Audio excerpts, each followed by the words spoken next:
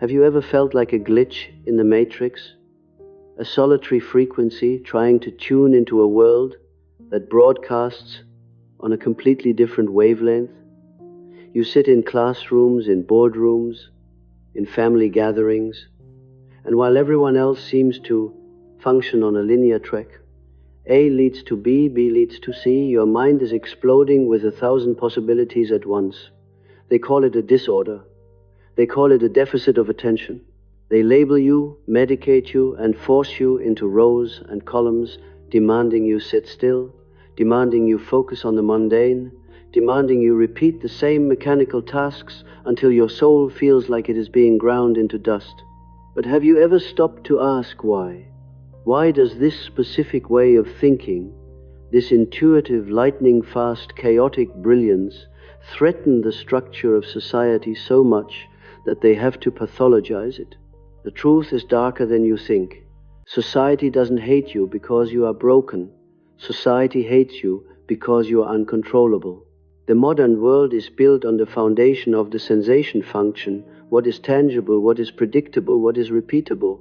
It is a factory model designed for the worker bee, for the mind that finds comfort in routine, in the known, in the safety of the path already trodden. But you are the intuitive. Carl Jung identified this. You are the one who looks at a stone and sees a cathedral. You are the one who looks at a rule and sees a prison. And when you refuse to conform to the linear march of the collective, you become a problem. Not a medical problem, but a structural one. Imagine a world where everyone is walking in a straight line, eyes fixed on the ground, marching to the beat of a single drum. Now imagine you hear a different rhythm. You see the cliff they are marching toward before they even reach the edge. You try to warn them, you try to change the course, but instead of listening, they get irritated. They tell you to get back in line.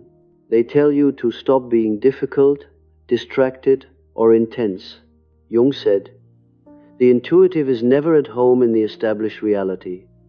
And how could you be reality as they define it is too small for you?" But here is where the tragedy lies. Because you have been told since childhood that your way of being is wrong, that your constant hunger for novelty is a flaw, that your inability to tolerate boredom is a moral failure, you have internalized this rejection. You have spent your life trying to amputate parts of your own psyche just to fit into their boxes. You try to slow down your processing speed. You try to fake interest in small talk. You try to force your ocean of consciousness into a teacup, and then you wonder why you are overflowing, why you are anxious, why you are exhausted. You are exhausted because you are holding back a tidal wave. This video is not about how to fix your ADHD. It is not about how to organize your calendar or how to be a better employee in a system that wasn't built for you.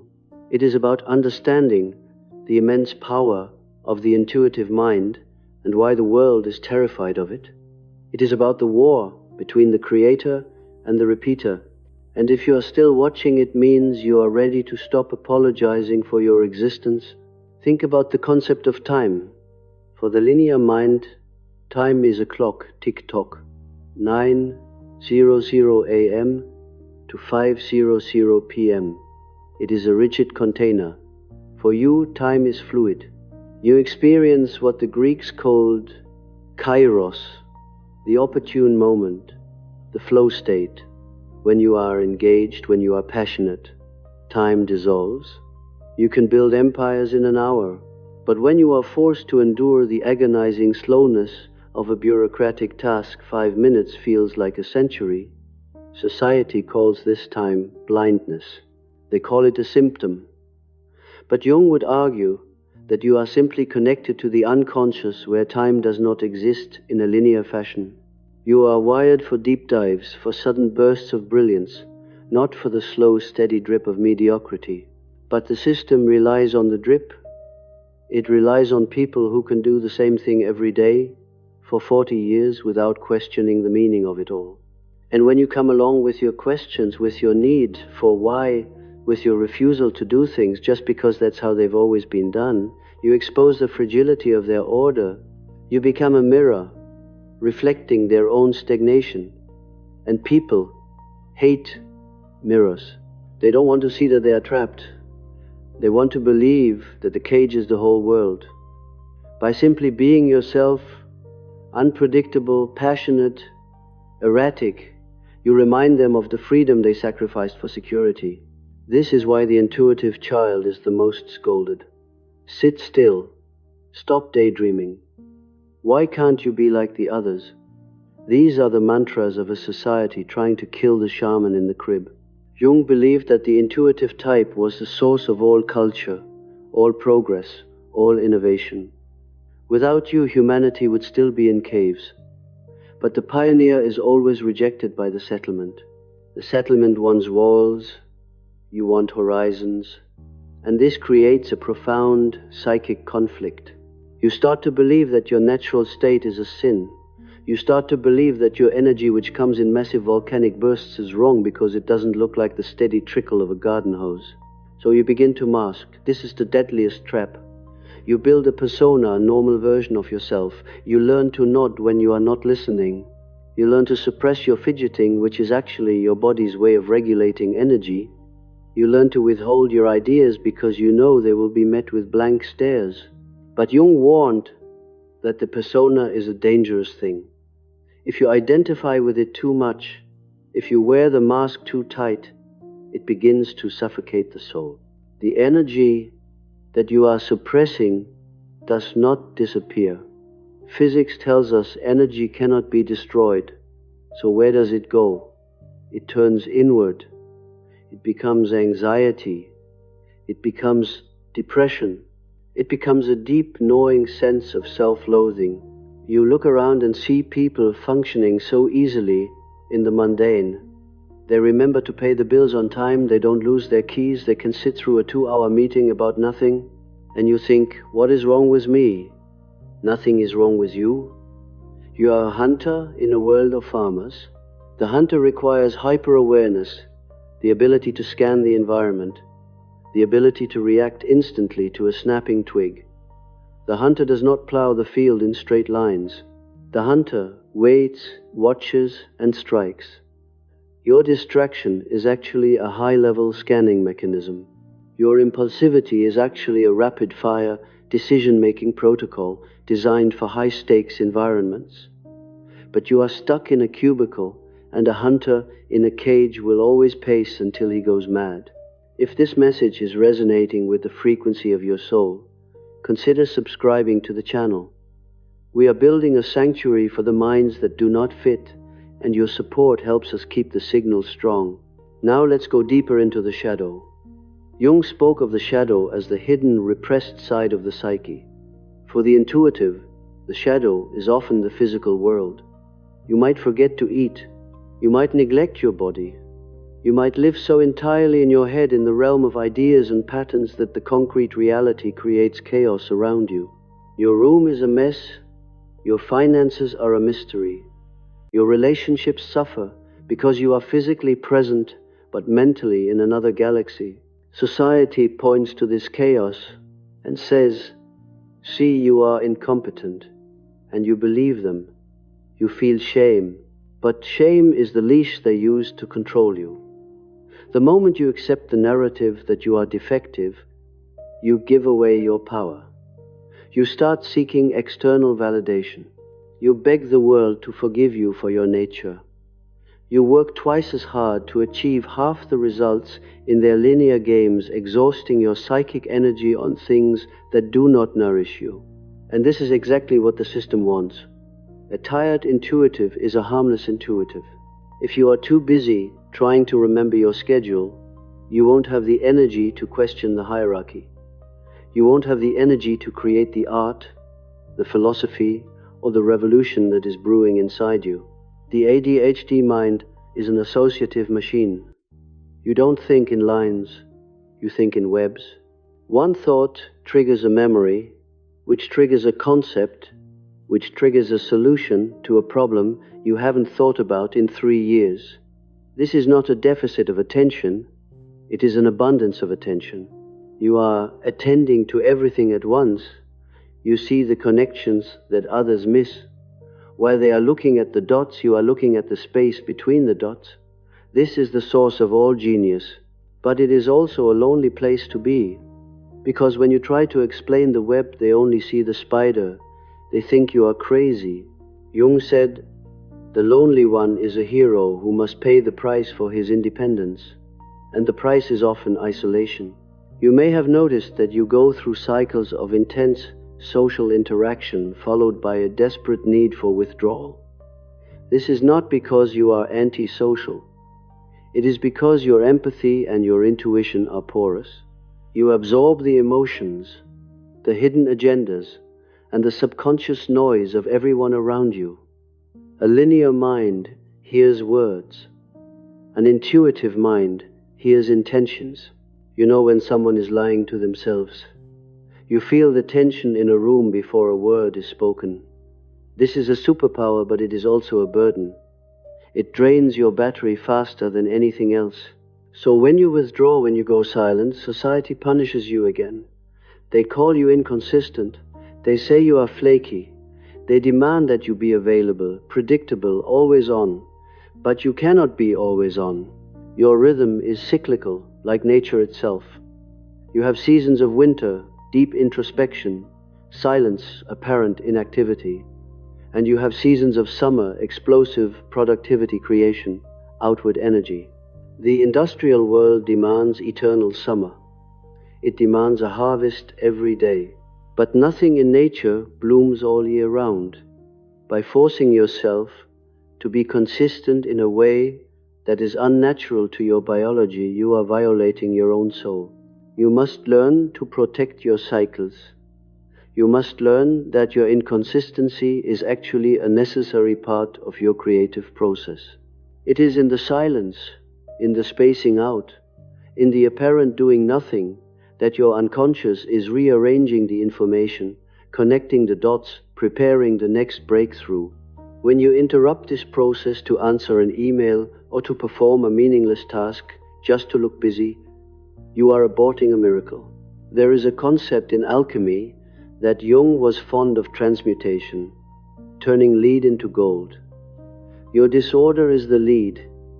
It is heavy, it burdens you, it separates you from the herd. But within that lead lies the gold of the philosopher's stone. The very traits that cause you suffering are the raw materials of your individuation.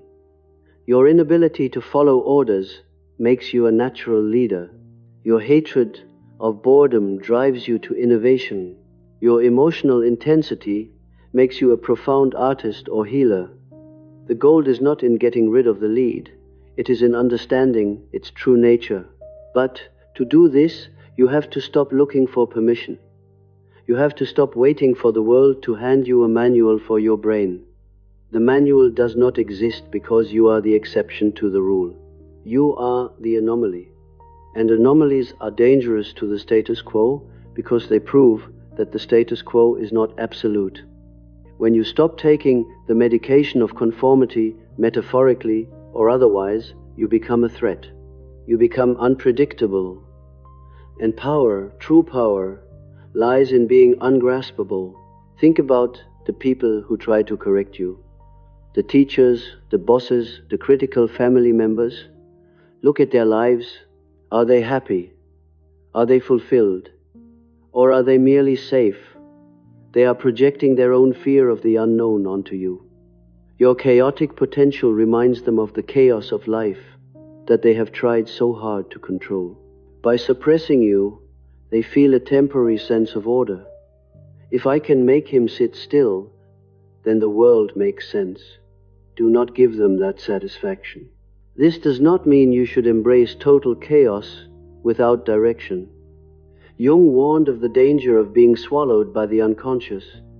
An intuitive without an anchor can drift into madness or useless fantasy. You need a container, but it must be a container of your own making, not one forced upon you by a school system from the 19th century. You need to build your own structure, your own rituals, your own way of working that honors your flow. Maybe you work at 3 a.m. Maybe you work in sprints of 4 hours and then sleep for 2. Maybe you need to walk while you think. Do it unapologetically. The moment you stop fighting your own nature, the energy that was being used for self-suppression is suddenly released. It becomes available for creation, and this is when you become unstoppable. This is when the disorder reveals itself as a different order, a higher order.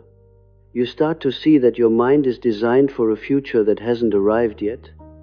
You are a prototype for a new kind of human consciousness, one that can handle complexity, one that can navigate rapid change, one that does not need external authority to know what is true. But be warned, as you step into this power, as you stop apologizing, the friction with the world will increase. You will lose friends who only like the submissive, apologetic version of you. You will clash with authority figures who demand blind obedience.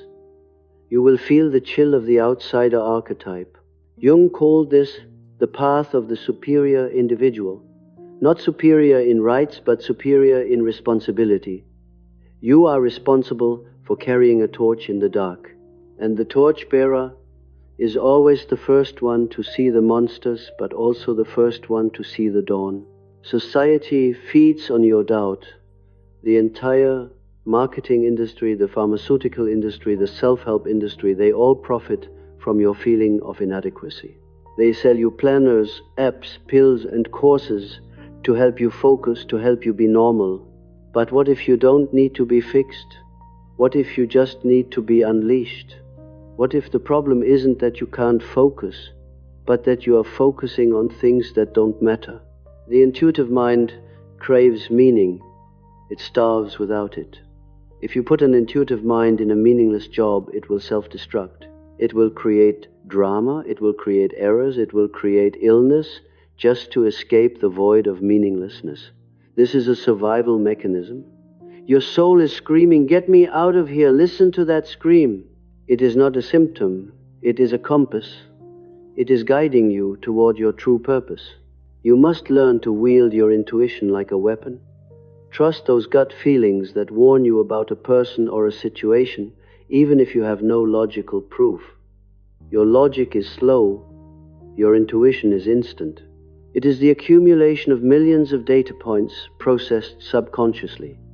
When you ignore it to be polite or rational, you are betraying your inner guide.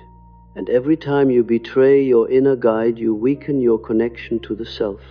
You become a shell echoing the opinions of others, hollowed out by the effort of pretending. If you are looking for the tools to navigate this dark night of the soul, to understand the deeper mechanics of your own psyche, and how to protect your energy from a world that wants to drain it, I have poured these insights into my book, Beyond the Shadow. It is a guide for the outlier, for the one who seeks to turn their lead into gold. You can find the link in the pinned comment. The path of the intuitive is the path of the high wire walker. There is no net. The sensation types have the net of social norms, of tradition, of common sense. You do not. You walk on the thin line of your own insight, suspended over the abyss. It is terrifying. But the view is magnificent. You see the connections that hold the universe together. You see the potential in the broken things. You see the beauty in the chaos. Do not let them drag you down to the ground. Do not let them clip your wings and tell you that flying is a disease.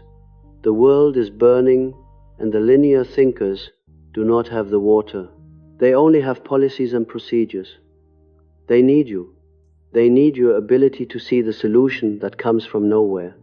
They need your ability to imagine a world that does not yet exist. They hate you because they need you, and they resent that need. They resent that they cannot solve the puzzle without the piece that doesn't fit. So embrace your label if you must, but redefine it. ADHD, attention to dimensions hidden and divine. Or discard the label entirely and simply call yourself awake. The moment you stop fighting the current and turn your boat downstream, you will realize that the river was always trying to take you somewhere beautiful. You were just too busy paddling upstream, trying to get back to the dock where everyone else is standing waiting for a ship that will never come. Let them stand on the dock. Let them check their watches. Let them judge your erratic course. You are not made for the harbor. You are made for the open sea. And yes, the sea is dangerous. The sea is lonely. But the sea is where you find out who you really are. Ultimately, the friction you feel is the friction of birth. You are trying to birth a new self into a world that is old. It hurts. It is confusing. But do not mistake the pain of growth for the pain of sickness. You are not sick. You are evolving. So I ask you, looking directly into the chaos of your own potential, are you willing to be the villain in their story so you can be the hero in yours? Are you willing to disappoint their expectations to fulfill your destiny? The world doesn't need another spreadsheet. It needs your fire. It needs your vision. It needs your unapologetic, disorganized, beautiful, terrifying truth. Stop trying to be a better sheep. Wake up and be the wolf. The forest is waiting. And in the silence of that forest, where there are no clocks, no fluorescent lights, no judgment, you will finally hear your own voice. And you will realize it has been speaking wisdom to you all along. Tell me in the comments, have you felt this war against your own mind? Have you felt the pressure to cut off your own wings? Write, I am not broken, if you are ready to stop apologizing. And keep watching, because the next video will explore the specific shadow work needed to integrate this power fully. Do not look away. The journey has just begun. Have you ever laid awake at night, staring at the ceiling, tormented by a single burning question? Why do they treat me this way when I have done nothing but be kind to them? You have likely spent your entire life playing by the rules.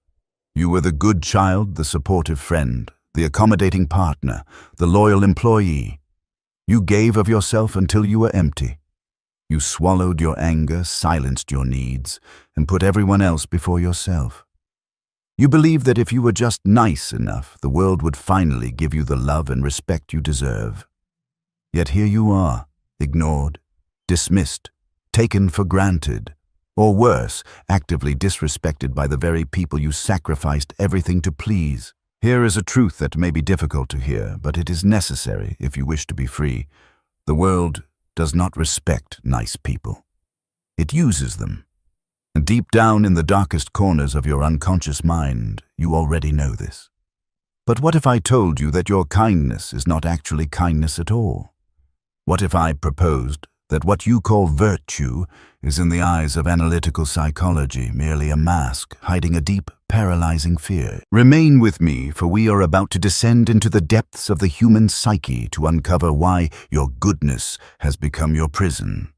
We will explore the hidden psychological mechanisms that cause others to lose respect for you, and we will reveal the ancient Jungian path to reclaiming your power. This is not just a video. It is an intervention for your soul. If you have ever felt invisible despite your best efforts to be seen, you have arrived at the right place. And perhaps, if you find value in this exploration of the self, you might consider joining our community of truth seekers by subscribing so that we may continue this journey of individuation together. Let us commence by dissecting the nice person persona. Carl Jung, the great Swiss psychiatrist, spoke extensively about the persona, the social mask we wear to fit into society. For many of you, this mask is constructed of excessive agreeableness. You have learned to smile when you want to scream. You say yes when every fiber of your being is screaming no. You apologize for taking up space. You believe that this behavior is moral, that it is the definition of being a good human being. But Jung warned us that when we identify too closely with a persona, we lose our soul. The problem with being the nice guy or the good girl is that it is often rooted not in morality, but in cowardice. This is a harsh distinction, I know, but examine your heart. When you agree to do something you hate, do you do it because you truly want to help or because you are terrified of the conflict that might arise if you refuse? When you let someone speak to you disrespectfully without correcting them, is that patience or is it a fear of rejection? I discovered in my study of human behavior that true kindness requires the capacity for cruelty. This sounds like a paradox, but it is the fundamental law of respect. If you are incapable of saying no, Your yes means nothing. If you are incapable of biting, your harmlessness is not a virtue, it is merely helplessness. People, even those who claim to love you, can sense this helplessness on a primal, unconscious level. They do not respect you because they know you have no other option but to be nice. You are not choosing kindness. You are compelled by your fear. This brings us to the concept of the shadow. Jung stated, "The brighter the light, the darker the shadow." The more you strive to be perfectly good, perfectly accommodating, and perfectly selfless in your conscious life, the more a dark, resentful, and aggressive counterforce grows in your unconscious. You may think you are hiding this frustration, but you are not. Humans are incredibly perceptive animals. We communicate primarily through non-verbal cues, micro-expressions, and energy. When you suppress your needs to please others, you are not actually letting those needs go. You are burying them alive. And buried alive, they turn toxic. They transform into resentment. Have you ever noticed that nice people often have a heavy atmosphere around them? A sense of martyrdom. A silent, seething expectation that says, "Look at how much I suffer for you. Now you owe me." This is what we call a covert contract. You have unconsciously signed a contract with the world that reads, "I will repress my true self and do everything for you, and in exchange you must never hurt me, never criticize me, and always satisfy my needs without me having to ask." The problem, of course, is that no one else signed this contract. So when people treat you like a normal human being with their own flaws, selfishness, and boundaries, you feel betrayed. You feel the victim, and this victimhood leaks out of you. Predatory individuals, those with dark triad traits like narcissism or sociopathy, have a sixth sense for this covert contract. They seek out the nice person, not to fulfill the contract, but to exploit it. They see your lack of boundaries not as generosity, but as an open door to their own worst impulses. They disrespect you because you have signaled to them through 1,000 small submissions that you do not respect yourself. But it is not just predators. Even healthy, well-meaning people will eventually lose respect for you. Why? Because intimacy requires truth. Connection requires two distinct individuals meeting as equals. If you are always adapting, always mirroring, always hiding your true opinion to keep the peace, there is no you for the other person to connect with. You become a non-entity, a ghost in your own life. People may like you because you are convenient, but they cannot respect a ghost. They cannot trust someone who never shows their teeth. They wonder, what is he really thinking? What is she really planning? Your niceness begins to feel like manipulation because, in a sense, it is. So how do we break this cycle? How do we stop being the doormat and start being the protagonist of our own lives? The answer lies in what Jung called shadow work and the integration of the dangerous self. You must stop running from your aggression. You have been taught that anger is bad, that selfishness is evil. But Jung argued that these primal energies are the batteries of the psyche. Anger, when integrated, becomes the force of self-preservation. It is the energy that allows you to stand up and say, "That is enough. I will not tolerate this." Selfishness, when balanced, becomes self-care. It is the realization that you cannot pour from an empty cup. You must learn to be dangerous.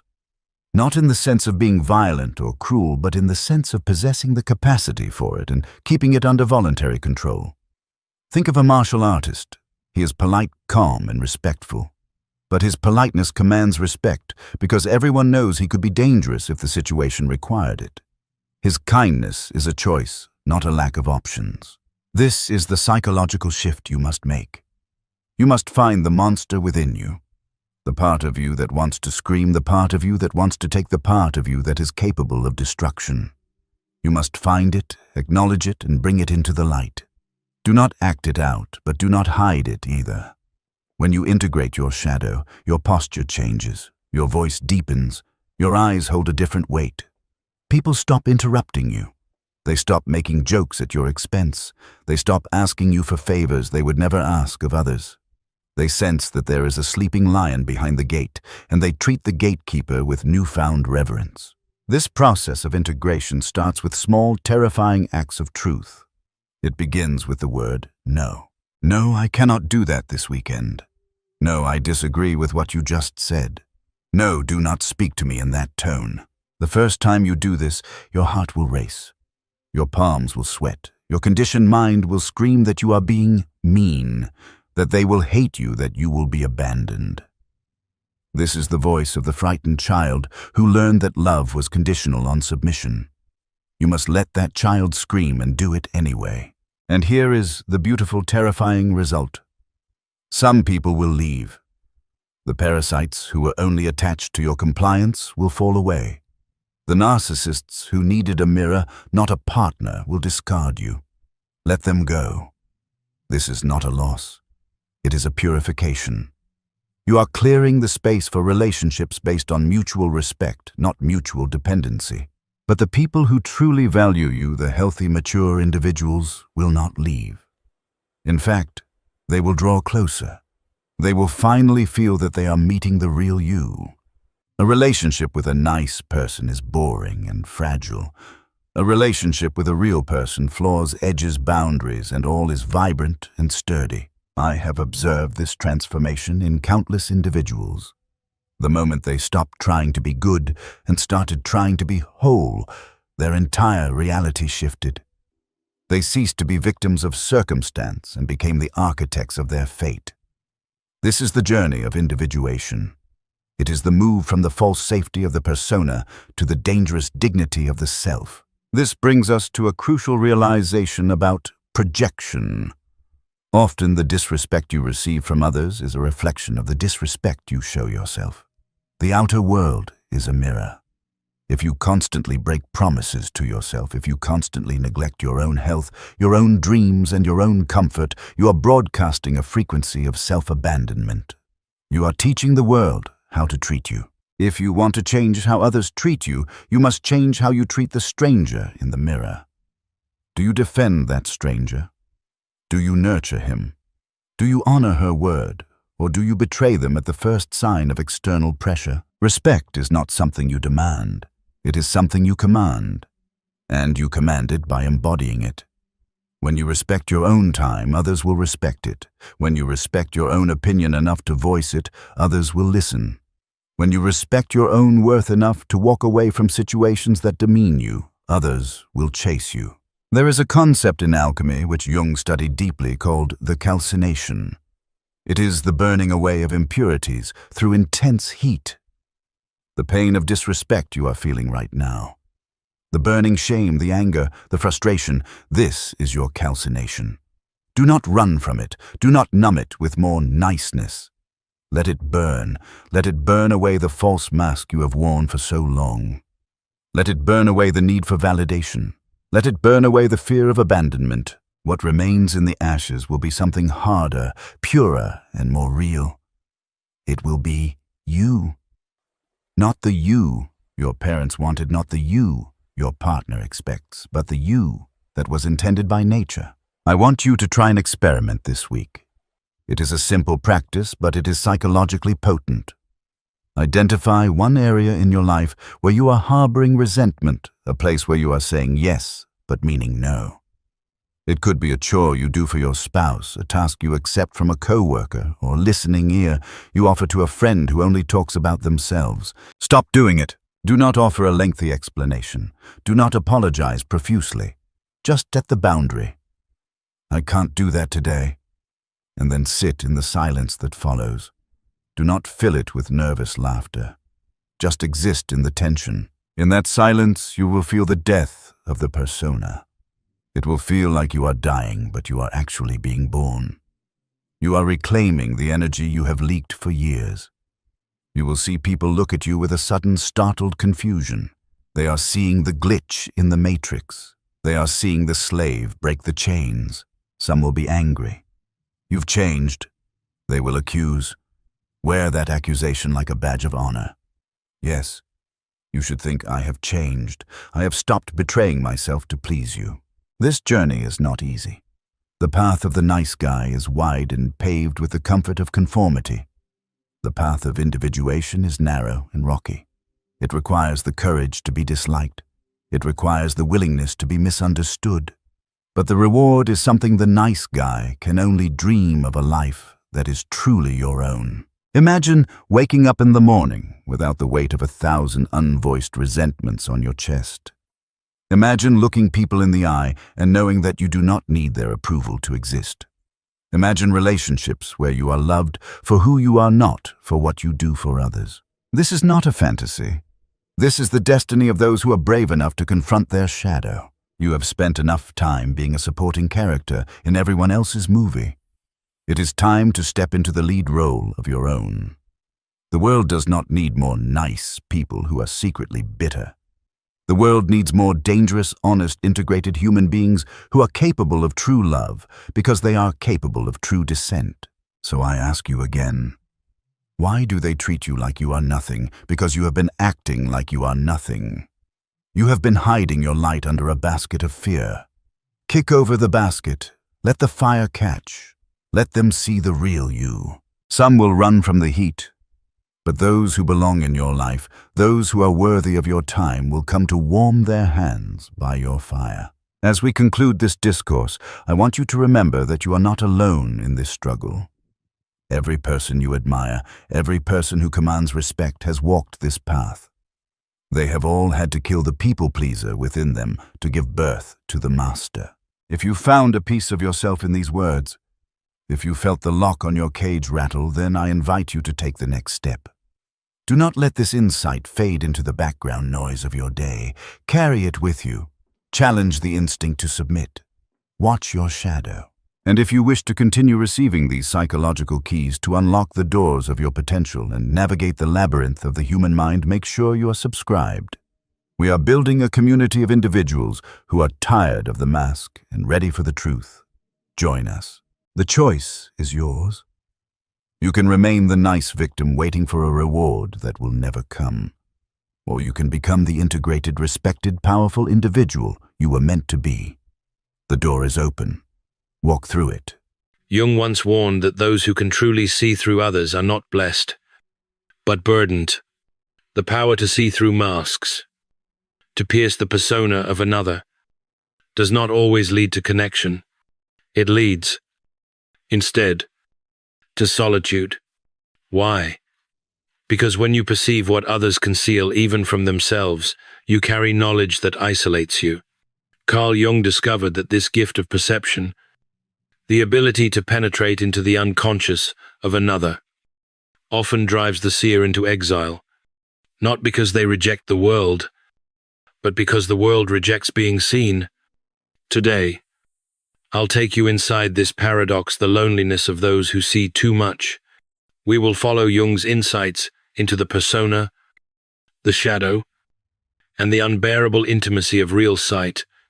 And as you listen, you may begin to feel the weight of your own perception, the reason why you, too, may have walked alone. Jung observed it first in his patients, individuals whose sensitivity cut through polite illusions, who knew instantly when a smile was false or when words disguised resentment. At first, this seemed like a gift. These individuals were sought after, confided in, trusted, but something strange always followed. Their friendships soured, lovers withdrew, communities cast them out quietly, not because of what they said, but because of what they could see. To be seen at the level of soul is, for most people, unbearable. Imagine standing before a mirror that does not flatter, does not distort, does not lie. Imagine being forced to recognize the hunger, envy, or fear you've hidden even from yourself. Now imagine that mirror is not an object, but another human being, someone whose very presence makes your shadow restless. Jung realized that to truly see another person is to awaken their unconscious, and when the unconscious is stirred, it often retaliates. You know this feeling. You've felt people turn cold after you notice too much. You've sensed how quickly laughter turns brittle when your silence cuts through their performance. Jung named this tension the collision of persona and shadow. The persona, our social mask, requires protection. It cannot withstand constant exposure. And when you pierce it, you trigger not gratitude, but hostility. There is a clinical story Jung recorded a woman who came to him, tormented by dreams. She dreamed of a man with burning eyes, always watching her. She hated this figure, yet she admitted, "He knows me better than I know myself." Jung interpreted that figure as her own inner seer, her intuition, her capacity to strip away illusions. But instead of embracing him, she feared him, because he dismantled the safety of her persona. In therapy, Jung helped her integrate this figure, to realize that the enemy was not the man in the dream, but her own refusal to face herself. Here lies the paradox: when you can see through others, you often awaken the very resistance they aim at themselves, and that resistance turns outward, onto you. Thus, the seer becomes the exile, not for what they do, but for what they are. Yet, Jung insisted, this exile contains a hidden gift, for solitude forces the seer to confront their own depths. Cut off from the distractions of shallow connection, they descend into the unconscious, into the crucible of individuation. They learn that true companionship is not found in numbers, but in the rare souls who can also withstand being seen. Until then, loneliness becomes initiation. And so, if you have felt abandoned for your sight, if you have wondered why others pull away just as you draw closer, it is not because you are broken.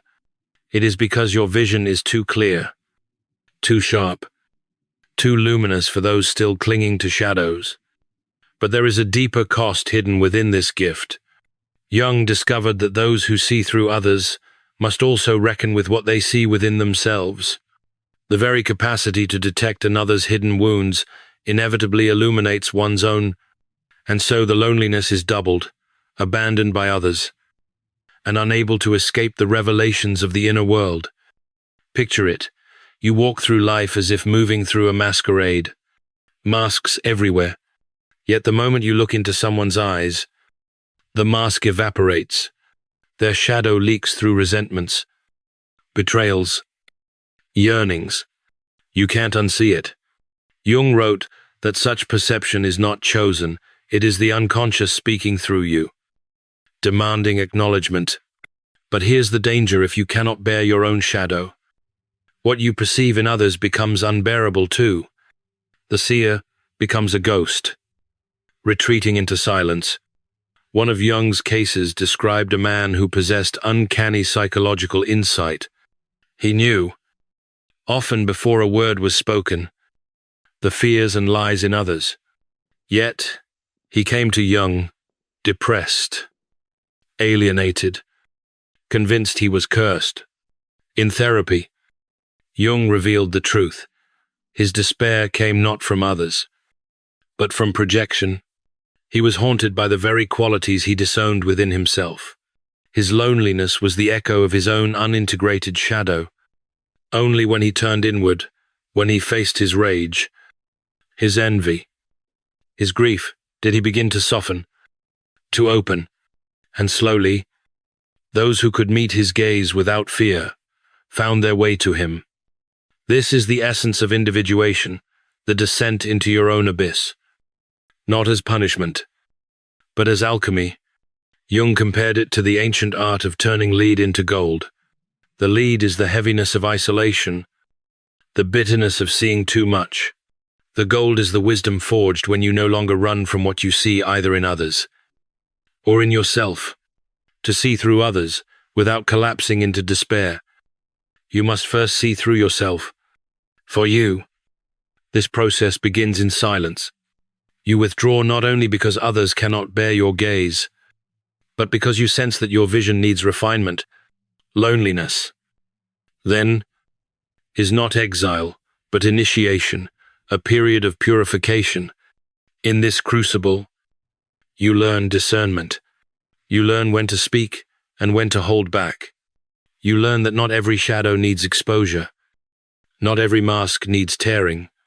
Jung cautioned that insight, without compassion, becomes cruelty. The true seer is not a destroyer of masks, but a midwife to the soul. And yet, there is temptation. The temptation to weaponize sight, to use what you perceive to manipulate, to control, to prove superiority. Jung saw this often in gifted patients who lost themselves to inflation, believing themselves prophets or gods. This is the peril of what he called the manna personality, the ego swollen with archetypal power. To fall into this trap is to forfeit individuation, to be devoured by the very unconscious you once illuminated. The only antidote is humility, to recognize that your ability to see is not yours alone, but a function of something greater, the collective unconscious flowing through you. You are not the source of the light. You are a vessel, and as such, you are responsible for how you bear it. This responsibility shapes the path forward, for when you begin to carry your perception with humility, solitude transforms into sanctuary. You cease to feel like an exile and begin to feel like a guardian at the threshold. The fortress of your aloneness no longer imprisons you. It protects the sacredness of your vision until those worthy of it arrive. Jung's writings remind us the task of the one who sees is not to be understood by everyone, but to remain true to the self. This deeper self, the union of conscious and unconscious, holds the only companionship that cannot betray you. From that place, you can endure solitude, because you are never truly alone. And when another arrives who can meet your sight, who does not flinch at being seen, you recognize them instantly. Their presence feels like recognition, not resistance. For only a soul that has faced its own shadow can stand before you unmasked. And so we come to the final revelation.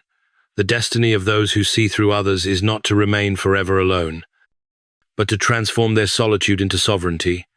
Jung taught that individuation is not isolation, but integration.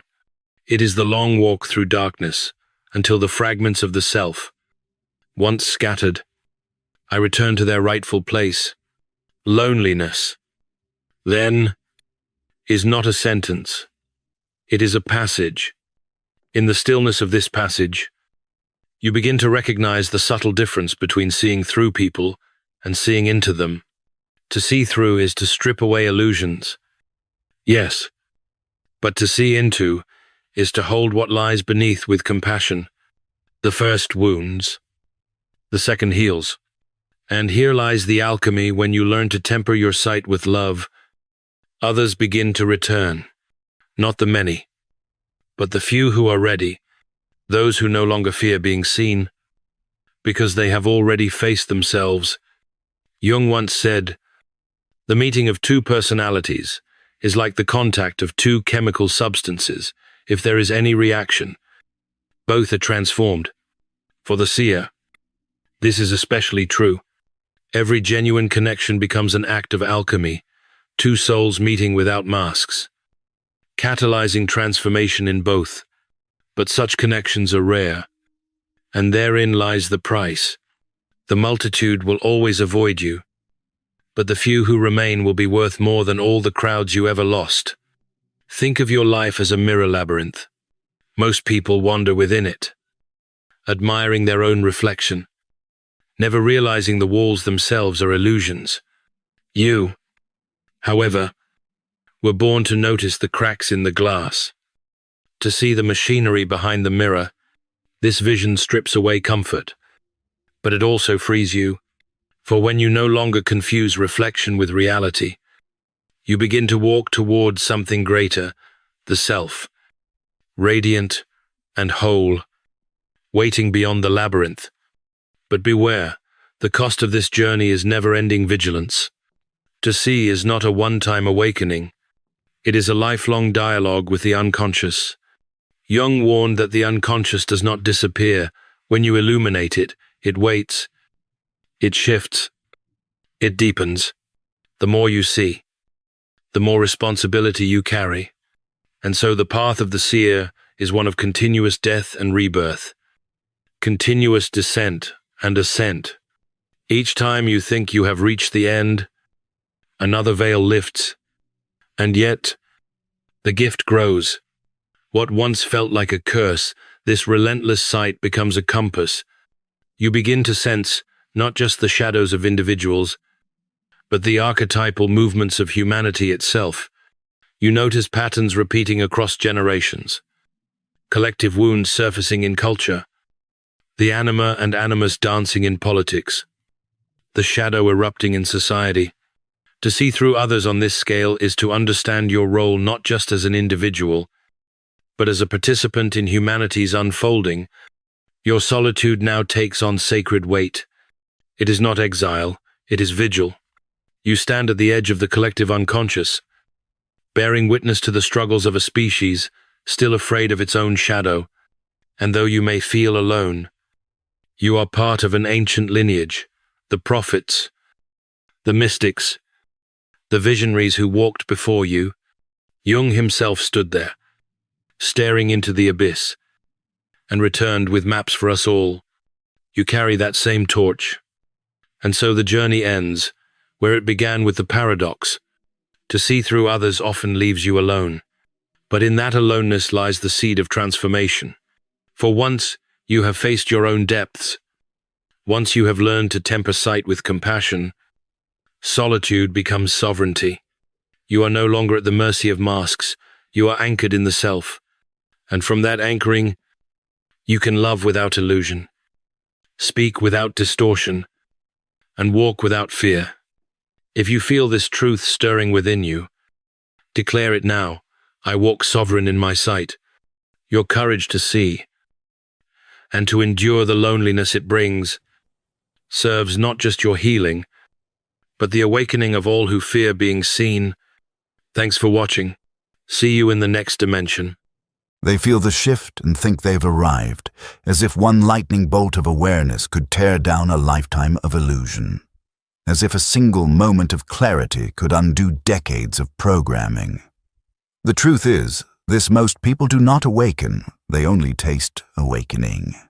They brush against it like a dream they can't quite hold onto, a scent of freedom carried on the wind that vanishes as soon as they try to follow it. The great trap is mistaking the opening for the transformation. That initial glimpse, that sudden collapse of ego, that disorienting crack in the reality they once clung to it, feels like truth because for the first time they see that everything they believed was a lie. But then comes the terror. Not the terror of waking up, but the terror of what happens next. Because when you begin to awaken, you are not stepping into bliss. You are stepping into fire. You are stepping into the chaos of everything you buried. You are waking up the parts of yourself that you tried to forget. And for most people, that is unbearable. They retreat. They grasp at their old comforts. They repaint the prison and call it healing. And so they stay trapped, not because they never began the journey, but because they stopped when the truth demanded too much. They wanted the light, but not the heat. They wanted awareness, but not responsibility. They wanted transformation without sacrifice. And this is the wound of the modern soul, believing that insight is enough. Carl Jung warned us, people will do anything, no matter how absurd, to avoid facing their own soul. Awakening is not the end of suffering. It is the beginning of the real kind, the kind that purifies. The kind that strips away the false self, the persona, the roles you played to survive. The kind that shatters the identity you were taught to wear like armor that now chokes you. And this is where most people stop at the edge of the fire. They feel the burn and turn back. They fear the unraveling. They fear losing control, but they do not see that it is the unraveling that will set them free. The true awakening is not an event, it is a disintegration. It is the slow, painful collapse of the scaffolding you built around your inner emptiness. It is not a beam of light descending from the heavens. It is a descent into the underworld of your own psyche. It is standing face to face with your shadow, the parts of you swore you'd never become, the urges you denied, the pain you repressed so deeply it mutated into your personality. And here is the paradox. Jung understood the shadow is not your enemy. It is your doorway. But to walk through it, you must first be devoured. You must become the thing you fear before you can transcend it. And most people, they see the shadow and run. They rationalize it. They spiritualize it. They quote the right books, light the right candles, say the right affirmations, but they do not descend. They do not surrender. Because surrender means death. Death of the known. Death of the mask. Death of the ego's illusions. They want the awakening without the burial. They want to be reborn without dying first. But no resurrection is possible without crucifixion. No transformation without annihilation. And so they build a new prison, a prettier one, decorated with spiritual language and faux humility. But it is still a cage. Because deep down, they have not confronted their unconscious. They have not taken responsibility for their darkness. They are still performing for love, still hiding for acceptance, still outsourcing their truth to external authority. They look awake, but they are sleepwalking in a new costume. The soul sees through it, and it waits patiently, painfully, for the moment they will be brave enough to go deeper. Jung knew that the unconscious does not rest. What you avoid does not disappear. It festers. It waits in silence until it finds a way to erupt. And when it does, it often destroys everything you've built on false foundations. This is why so many people who begin awakening experience collapse emotional, psychological, spiritual. Because their outer life was built on an identity that never belonged to their essence. And when the soul begins to move, it shakes everything that is not aligned with it. This is not punishment. This is grace in its most terrifying form. The soul will not let you stay comfortable in a lie. It will strip you of everything you use to numb yourself, the toxic relationship, the shallow ambition, the need for validation, the addiction to distraction. And this stripping, this sacred destruction, it feels like death because it is. But it is also the only path to rebirth. Yet most people, when faced with this collapse, interpret it as failure. They think something has gone wrong. They try to fix it instead of feeling it. They reach for their tools, their gurus, their rituals, anything to escape the silence, anything to avoid being with what is. And so they miss the very point of awakening to become empty enough that something real can emerge. Not more knowledge. Not more achievement, but presence, truth, wholeness. And this cannot be taught. It must be lived. It must be suffered. It must be earned in the dark night of the soul when no one is watching and no one can save you. Only those who walk through this fire and keep walking begin to understand what it truly means to awaken. Awakening is not a trend. It is not an identity. It is a dismantling, a return, a reckoning. It demands everything from you, especially the parts you are still clinging to. It asks for your illusions, your pride, your performance. It demands you confront the archetypes within the wounded child, the tyrant, the addict, the manipulator. Not to judge them, but to integrate them. To see how they have shaped your life. To reclaim the energy trapped in shame, in guilt, in repression. Jung taught that individuation, becoming whole, requires the integration of opposites. Not the eradication of darkness, but the union of light and shadow. This is the secret path, the sacred union. And it is not glamorous, it is not popular, it is not easy, it is brutal, it is raw, it is holy, because it forces you to become real.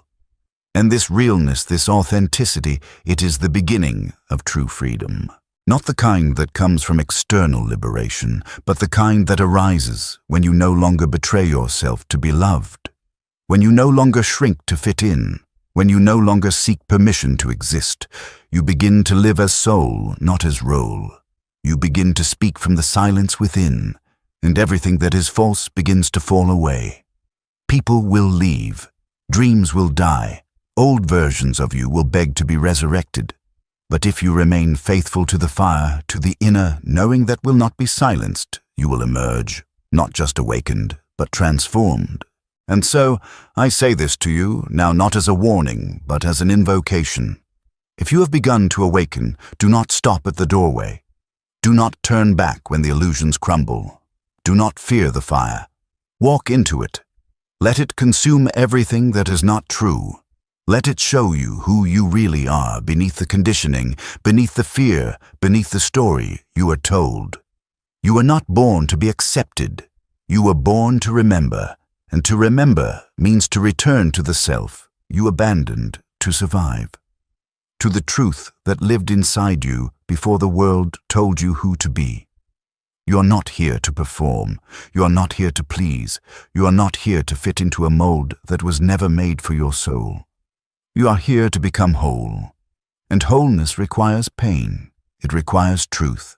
It requires a love so fierce that it will not let you settle for half a life. Most people stay trapped, not because they are weak, but because they are afraid of their own power. They are afraid of what will happen if they stop pretending. They are afraid of the silence that will follow once they stop performing. But that silence, that deep, echoing silence, it is not emptiness. It is presence. It is the sound of your soul coming home. It is the place where all falsehoods die and all realness is born. Stay there, listen, surrender, and let yourself become the truth you have always sought. Do not seek to go back. The path behind you is ash now, not because it was meaningless, but because it served its purpose. It brought you here. But here is where most people hesitate. They stand at the edge of awakening like exiles, who fear the cost of returning to their own souls. They've seen what the truth requires. Not words, not intention, but blood, but humility, but the total collapse of everything that used to make them feel important. Awakening, Jung reminds us, is not about becoming something new. It is about remembering who you were before the world told you what to be. It is the journey inward and into the forgotten temples of the self, where silence reigns and no one claps. And most people, when they finally get close to that silence, panic. They think the silence means something's wrong. But it is the opposite. It means something sacred is finally taking root. Something that cannot be described. Something that cannot be commodified. It is you, your essence, finally breathing after being buried alive under years of falsehood. But here's the truth. No one wants to say the silence will strip you bare.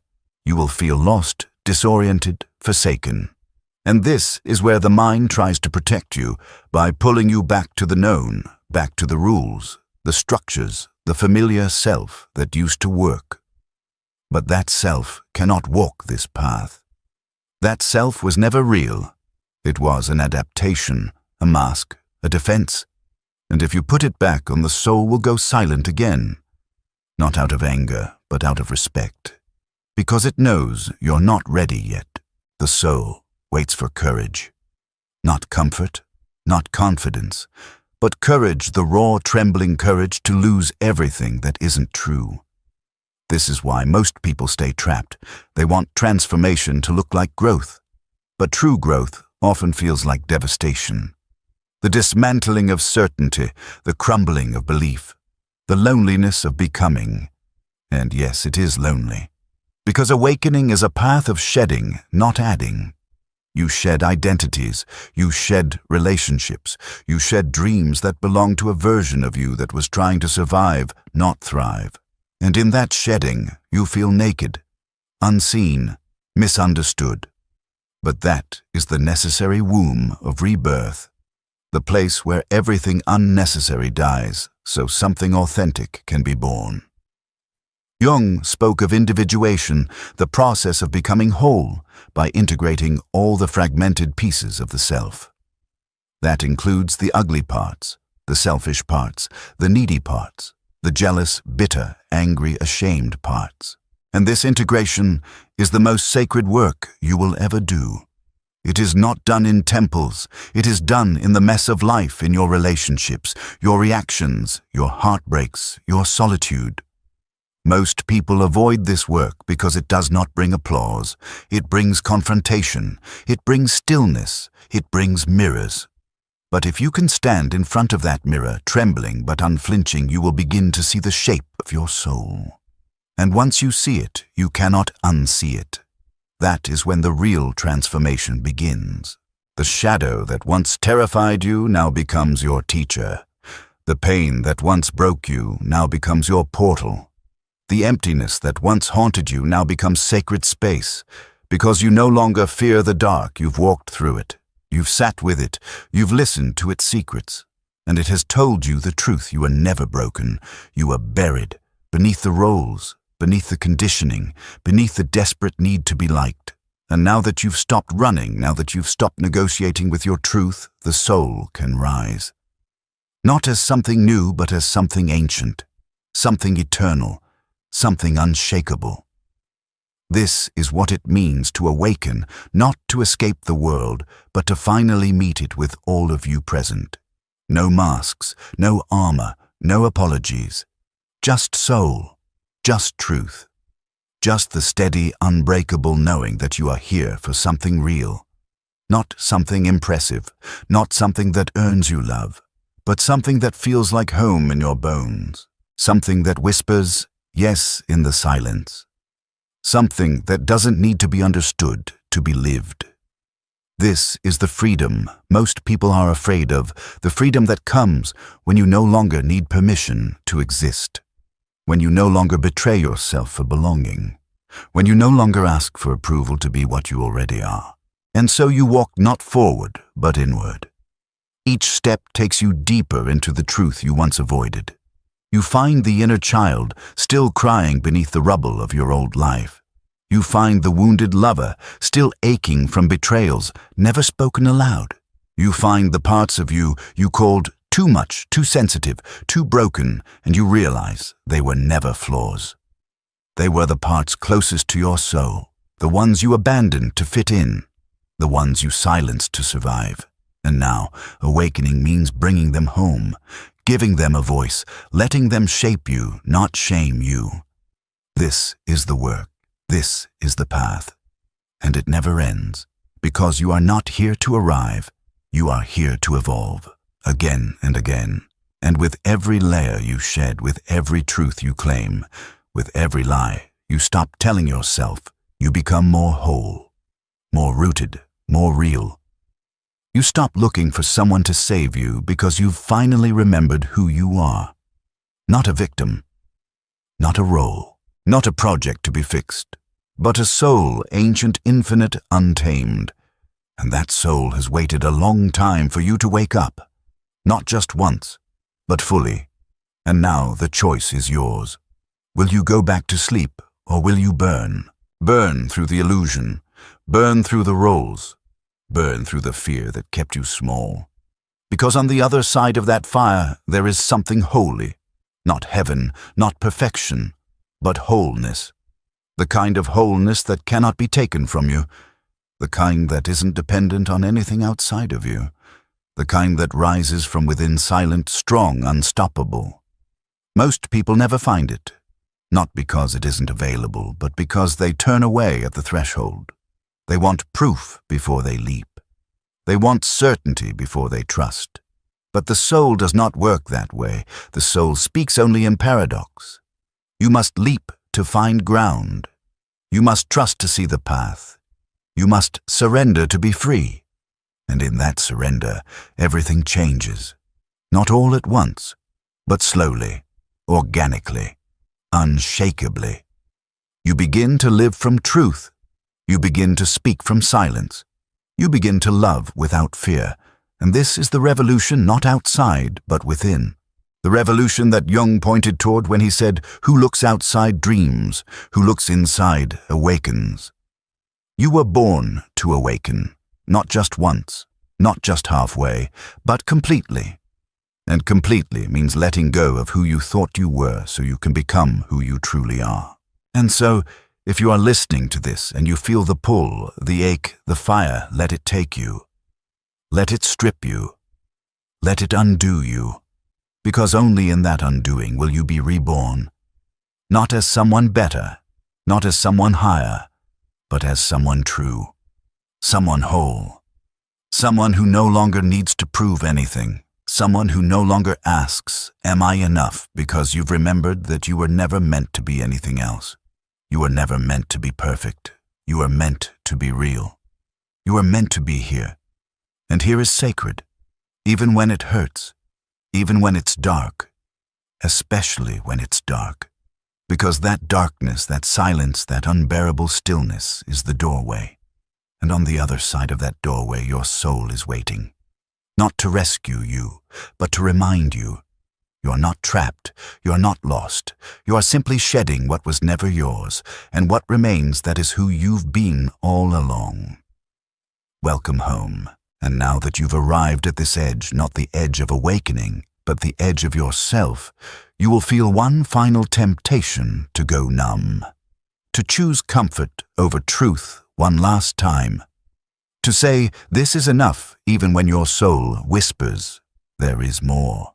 That whisper is not a demand. It is a calling, and callings are not always kind. They are not always clear, but they are always true. They rise not from ambition, not from ego, not from the need to be seen, but from the depths of the soul that knows why you came here. You did not come here to be good. You did not come here to be accepted. You came here to become. You came here to remember. You came here to walk into the wild forests of your own unconscious and retrieve what you left behind: your voice, your power, your fire. You came here to integrate the contradictions, to hold both love and rage, both peace and chaos, both divinity and shadow, and call it wholeness. This is the work of the awakened, not to transcend the world, but to become so grounded in soul that the world cannot shake you. Not to escape suffering, but to find meaning inside it. Not to chase light, but to carry it even in the darkest night. And when the old self returns to test you, to seduce you, to pull you back into numbness, you will not hate it. You will not shame it. You will thank it for it brought you here. And then you will choose differently. Not perfectly, but truthfully. And that is all awakening ever asks, not for perfection, but for honesty. Radical, soul-shaking honesty, the kind that says, this is who I am when no one is looking.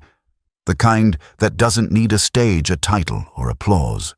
The kind that stands naked in the mirror of the soul and says, I remember now.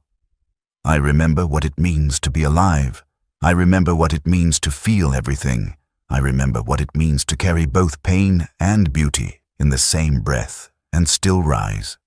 And when you live from that place, you begin to notice the sacred in everything. The way grief softens you. The way silence speaks louder than noise. The way your own wounds become bridges to the hearts of others. You stop rushing. You stop proving. You stop trying to fix what was never broken. You meet life as it is, not as you were taught it should be. And from that meeting, love is born, not the fragile kind that needs validation, but the fierce kind that can hold space for all of you, even the parts you thought disqualified you from love. Especially those parts. Because now you know the shadow was never your enemy. It was your invitation, and accepting it didn't make you weaker, it made you whole. So the next time you feel the silence pressing in, the next time the darkness wraps around you, don't resist it. Don't flee. Sit with it. Listen. Let it speak. Let it show you what you still fear, what you still cling to, what you still haven't forgiven. And then release. Not with force, not with effort, but with trust. Because what is meant to fall away will fall, and what remains is what was always yours to carry. You're not here to be someone else's version of awakened. You're not here to follow another's map. You're here to become your own compass, to walk your own labyrinth, to listen to your own soul above the noise. And if that means walking alone for a while, walk. Walk with tears. Walk with doubt. Walk with trembling hands. But walk because stillness is not safety when it comes from fear. Movement is sacred when it is honest. Even one true step forward in your own direction is worth 1,000 miles, walked pretending. And that one step taken in truth will open doors no map could ever show you. So let this be the final truth: you are not trapped. Not by your past.